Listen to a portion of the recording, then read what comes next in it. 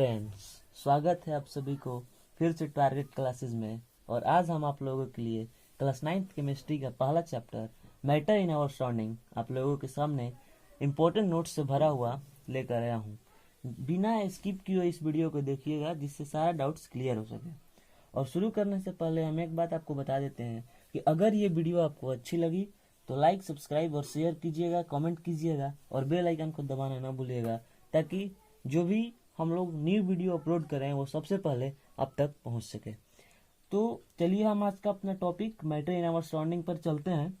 तो हमने अभी बताया कि matter in our surrounding chemistry का चैप्टर है। तो सबसे पहले हमें यह जानना जरूरी है कि केमिस्ट्री क्या होता है और केमिस्ट्री की उत्पत्ति कैसे हुई है। तो केमिस्ट्री की उत्पत्ति एक केमिया वर्ड से हुआ, जो कि एक लैटिन वर्ड है। तो केमिया वर्ड जो था उसका मतलब होता है क्ले सॉइल। इजिप्ट के लोग उसे क्ले सॉइल के नाम से जानते हैं। तो केमिया वर्ड से केमेटिंग वर्ड बना और केमेटिंग वर्ड से केमिस्ट्री का निर्माण हुआ। ठीक है, तो केमिस्ट्री का निर्माण हम लोग पढ़ें। अब केमिस्ट्री क्या होती है?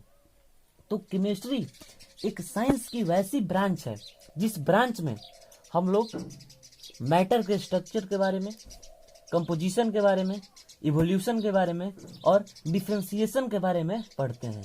तो केमिस्ट्री यानी कि साइंस का वैसा शाखा जिस शाखा के अंदर हम लोग मैटर की स्ट्रक्चर, कंपोजिशन, इवोल्यूशन ये सब चीजों के बारे में स्टडी करते हैं, उस ब्रांच को ही केमिस्ट्री कहा जाता है।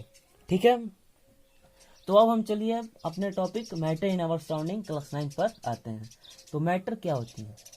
तो जितने भी चीज हैं अगर वो स्पेस को घेरती हैं और उसके पास मास है और उसके पास प्रतिरोध करने की क्षमता है, प्रतिरोध करने की प्रॉपर्टी है, टेंडेंसी है, तो उसी चीज को हम लोग मैटर कहते हैं। हालांकि बहुत सारे बुक में स्पेस और मास यही दो चीज देकर मैटर को डिफाइन करता है, लेकिन हमने बेहतर बनाने के लिए तीन चीजों का उपयोग किया है।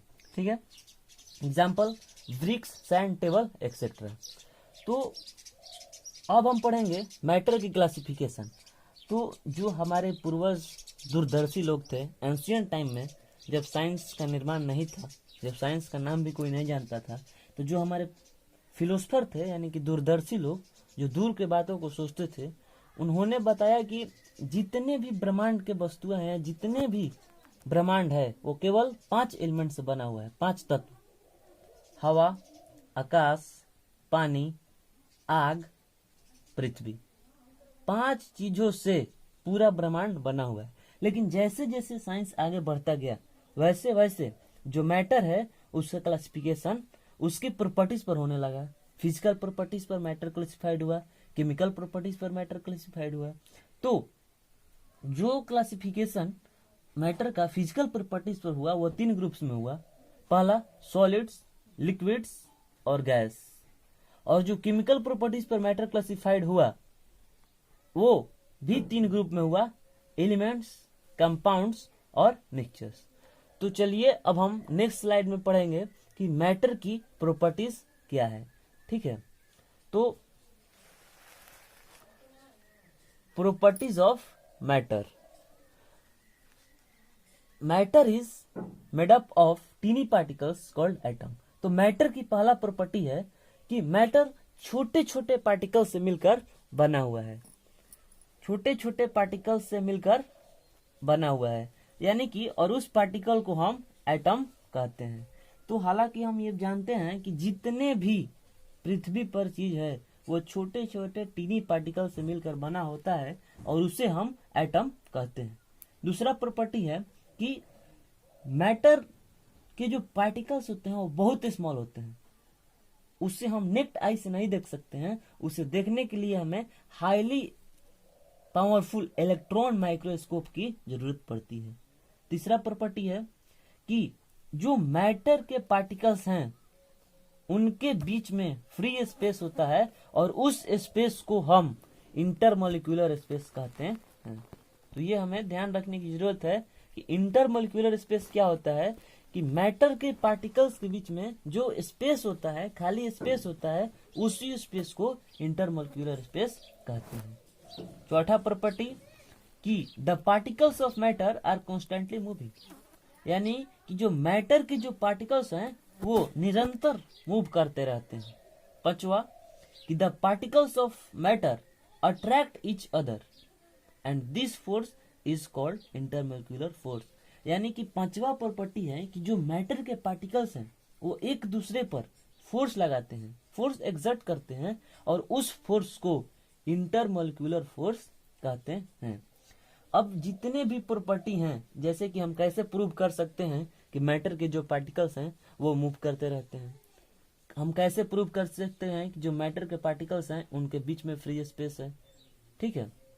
तो इन सब के एविडेंस हैं जो कि हम एक्सपेरिमेंटली प्रूव कर सकते हैं। जैसे कि अगर हमें स्पेस वाले चीज को प्रूव करना है तो हम एक ग्लास में वाटर लेंगे और उस वाटर में अगर एक स्पून चीनी मिलाते हैं तो हम क्या देखते हैं, जब उसको हिलाकर मिला देते हैं तो हम देखते हैं कि जो चीनी है वो बिना वाटर के लेवल बढ़ाए हुए उस में मिल जाती है। तो हम ये पता लगा सकते हैं कि वाटर के अंदर फ्री स्पेसेस में चीनी जो है वो मिल जाती है। तो ये हम प्रूव कर दिए।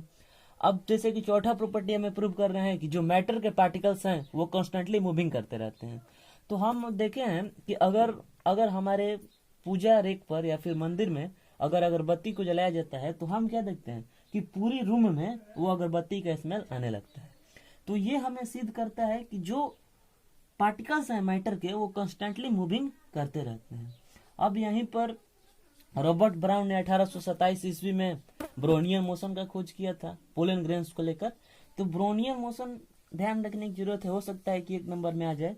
तो ब्रोनियन मोशन क्या होती है कि जो जिगजैग वे ऑफ मूवमेंट होती हैं, यानी कि जो मैटर के पार्टिकल्स हैं वो जिगजैग वे में टेढ़ी मेढ़ी अगर जब मूवमेंट करते हैं तो उसी मोशन को जिगजैग मूवमेंट या फिर ब्रोनियन मोशन के नाम से जाना जाता है, ठीक है।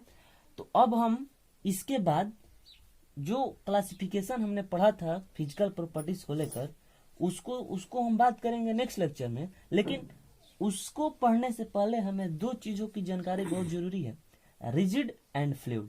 तो रिजिड मतलब अनबेंडिंग एंड इनफ्लेक्सिबल, यानी कि बहुत ही कठोरापन, मुड़ता नहीं है।